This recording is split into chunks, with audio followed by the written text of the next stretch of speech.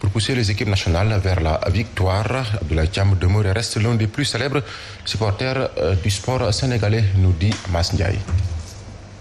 Dès l'annonce de la triste nouvelle, les hommes, les femmes, les enfants, bref, toute la ville de Linguère s'est déplacée vers la maison du premier supporter des Lions, Abdoulaye Thiam, pour partager la douleur. Je m'appelle Abdoulaye Ndiaye, un homme d'une très grande bonté. Je me rappelle dans les années 77, c'était l'un des meilleurs gardiens de but des clubs navétanes de Linguère. Je suis Amidou Sidibé Koundoul, cohabitant de Abdoulaye Thiam, donc de feu Abdoulaye Thiam. Vraiment, je retiens de lui en tout cas quelqu'un qui est très disponible. Je ne dis pas seulement pour sa localité, pour Linguère, mais pour le monde entier, pas seulement pour le Sénégal. Moussa Gueye, président d'honneur du 12e Gaïdé. On a cheminé ensemble de 1994 à nos jours. C'est l'équipe d'Ochida qui a perdu et le Sénégal entier. Qui a perdu le Sénégal entier. Parce que toute sa vie, il a consacré à l'équipe nationale. Je suis Samba Mangane, je suis journaliste, je suis ami et parent d'Abdoulaye Thiam 12e Gaïndé. Vous vous souvenez de cette image qui a fait le tour du monde en 2002, lors de la Coupe du Monde, quand le Sénégal a battu la France. On l'a montré à gros plan, les larmes aux yeux.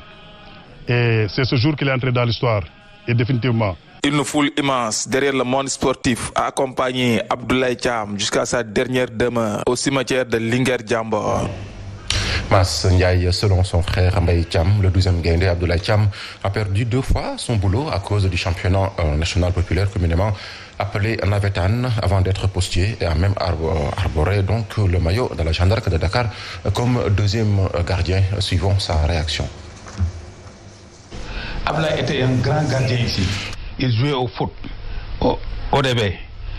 Quand il a eu 2 emplois, et il a perdu ces 2 emplois à cause du football, vraiment, le 3e, ses propres camarades l'ont appelé et ont déchiré sa licence. Donc, on ne demandait pas mieux pour la famille pour qu'il aille travailler. Donc, c'est en ce moment qu'il a rejoint la poste pour conserver ce poste-là jusqu'à nos jours. Il est toujours postier. Il a joué à la Jeanne d'Arc comme 2e gardien, en doublure avec l'autre là, le grand gardien Karamoko. Mais donc il faut savoir que c'est un grand gardien. Repose en paix, Djamba Thiam Gaïndé, que la terre de Linguère Djambor lui soit vraiment légère. Pamanta, nous poursuivons avec les éliminatoires CAN féminines, Sénégal-Libéria ce mardi. Donc une victoire permettrait aux Lions de passer au prochain tour. Oui, match retour du 2e tour de la Coupe d'Afrique des Nations féminines. Les Lions reçoivent les Black Star Women du Libéria. Ce sera à 17h au stade La Dior de Thiès. Les Lions avaient pris une belle option pour la qualification en battant à l'aller les Black Star Women du Libéria 2-1. Le match à oublier, selon Mamoussa Sissé, le sélectionneur de l'équipe nationale féminine du Sénégal. Il se veut clair, les Lions jouent pour la gagne. Il est interrogé ici par Sornafal.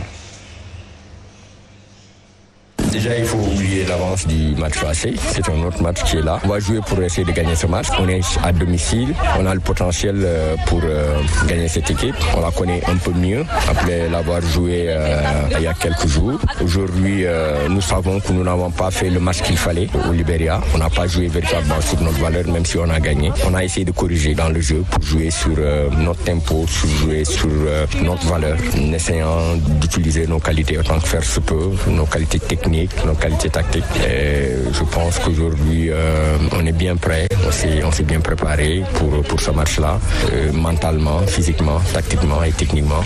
On est prêt pour faire un bon match. L'objectif reste clair pour nous, c'est de gagner. Même si on a gagné le premier match, notre objectif ce sera de gagner ici et d'assurer la qualification. Sénégal-Libéria, donc, c'est cet après-midi à 17h au stade La Dior de Thiès. Sachez qu'en cas de victoire de qualification, donc, sur ce tour, l'équipe nationale féminine du Sénégal sera opposée à celle du Mali, vainqueur de la Guinée.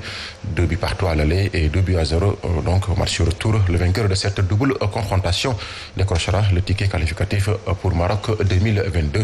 La prochaine édition, donc, de la Coupe d'Afrique des Nations féminines est prévue du 2 au 23 juillet.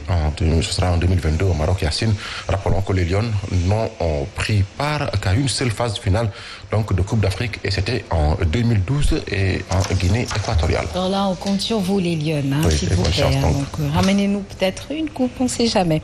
Nous poursuivons avec la natation et cette fois-ci à la découverte d'Oumi Diallo, médaille d'or au dernier championnat d'Afrique de Nations au Ghana. Oui, nous allons à la découverte d'Oumi Diallo, son dernier exploit donc, au championnat d'Afrique de Nations donc, au Ghana a permis au Sénégal de renouer avec l'or continental dans l'entretien qu'elle a accordé à Sadia Bibouka et Elhadji Diène. Elle revient entre autres sur sa première sélection en équipe nationale. Suivons donc ce compte rendu, le compte rendu donc de cet entretien avec Oumi Diallo. Pour une toute première sélection, Oumi Diop marque le coup et s'illustre dans le 100 mètres papillon avec une médaille d'or, une première pour la natation sénégalaise. D'abord, être un peu surprise parce que je m'y attendais pas.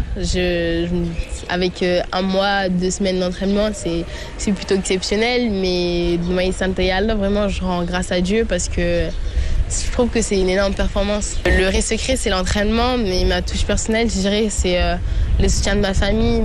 Il contribue à ma stabilité.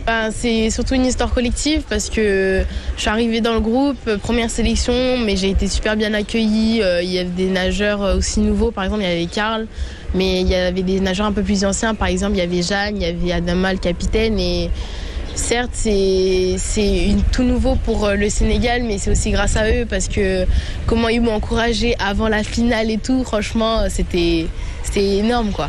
Au total, 3 médailles pour cette jeune fille de 18 ans, 2 bronzes en équipe et une en or en performance individuelle. Le premier jour, on a fait le 4x200 nage libre, on est arrivé au pied du podium, 4e, on était un peu dégoûtés.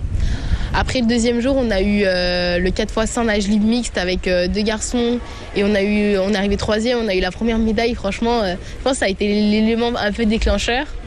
Le 3e jour, on a eu 2 médailles, une chez les filles, une chez les garçons et le 4e jour, je pense peut-être c'était mon jour. J'ai pas nagé le matin, du coup j'ai pu un peu me reposer et la finale, elle s'est passée comme elle s'est passée, quoi. Désormais, Oumi Diop change à une qualification pour les JO de Paris 2024. Franchement, je pense que je pourrais être ambitieuse peut-être après les JO de Paris 2024, Inch'Allah.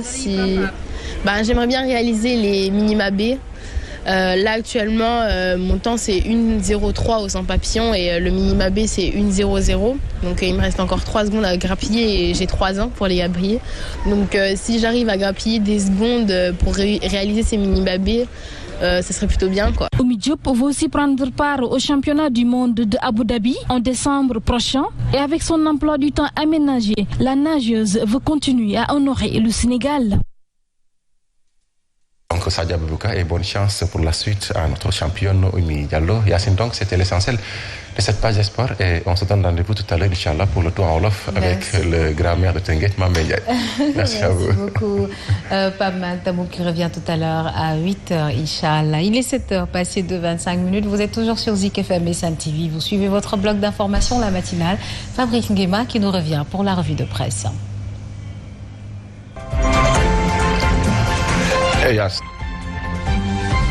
Sénégal, bonjour. À la une de Direct News, une interrogation Kouroubaï Faye et Mbolde Bourid. En tout cas, le journal piloté par Pape Diogo Faye ou le Lion de Guégok, de chercher à savoir, pour faire savoir si le leader incontesté et incontestable, pour ne pas dire inévitable et incontournable de la philosophie, comme ça dérangerait-il le pouvoir? En tout cas, retenons tout simplement et tout bonnement d'après Direct News qu'il s'agit de la montée en puissance,